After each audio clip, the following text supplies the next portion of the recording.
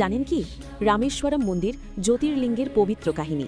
ভারতের দক্ষিণ প্রান্তে রামেশ্বরম দ্বীপে অবস্থিত পবিত্র রামেশ্বরম জ্যোতির্লিঙ্গ।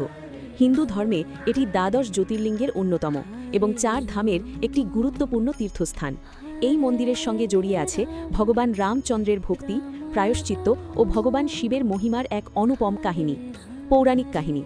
ত্রেতা যুগে যখন রাম রাক্ষসরাজ রাবণকে বধ করে সীতাকে উদ্ধার করেন, তখন তিনি অনুভব করেন যে রাবণ যদিও অধর্মের পথ অনুসরণ করেছিল, তবুও সে ছিল মহাজ্ঞানী ব্রাহ্মণ। তাই ব্রাহ্মণ বধের পাপ থেকে মুক্তি পেতে তিনি ভগবান শিবের উপাসনা করার সংকল্প নেন।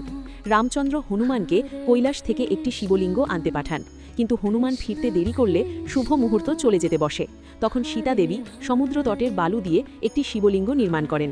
সেই লিঙ্গে রাম পূজা অর্চনা করেন। পরে হনুমান কৈলাস থেকে লিঙ্গ নিয়ে ফিরে এলে তার আনা লিঙ্গটিও প্রতিষ্ঠিত হয়।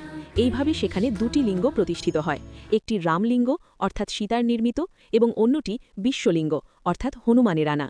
বিশ্বাস করা হয় এই স্থানেই শিব স্বয়ং জ্যোতির্লিঙ্গ রূপে আবির্ভূত হন এবং রামকে আশীর্বাদ করেন। সেতু বন্ধের মাহাত্ম্য। রামেশ্বরম সেই স্থান যেখান থেকে লঙ্কা যাওয়ার জন্য সমুদ্রের ওপর সেতু নির্মিত হয়েছিল, যা রাম সেতু নামে পরিচিত। আজও ভক্তরা এই স্থানকে অপরিসীম পবিত্র মনে করেন এবং মনে করেন এখানে পূজা করলে পাপক্ষয় হয় ও মোক্ষ লাভ হয়। আধ্যাত্মিক গুরুত্ব। দ্বাদশ জ্যোতির্লিঙ্গের একটি, 4 ধামের অন্তর্গত। সমুদ্র স্নান ও 22টি কূপের পবিত্র জলস্নানের বিশেষ মাহাত্ম্য। শিব ও রামের মিলিত ভক্তির প্রতীক। রামেশ্বরম জ্যোতির্লিঙ্গ শুধু একটি মন্দির নয়, এটি ভক্তি, অনুতাপ ও ঈশ্বর প্রেমের এক চিরন্তন প্রতীক। এখানে শিব ও রামের ঐক্য মানবজাতিকে শিক্ষা দেয়, ঈশ্বর এক, রূপ ভিন্ন। যে ভক্ত নিষ্ঠা ভরে রামেশ্বরমে শিবের পূজা করে তার জীবনের সব বাধা দূর হয় এবং আত্মা পায় শান্তি। ভিডিও ভালো লাগলে কমেন্টে হর হর মহাদেব আর জয় শ্রীরাম লিখুন।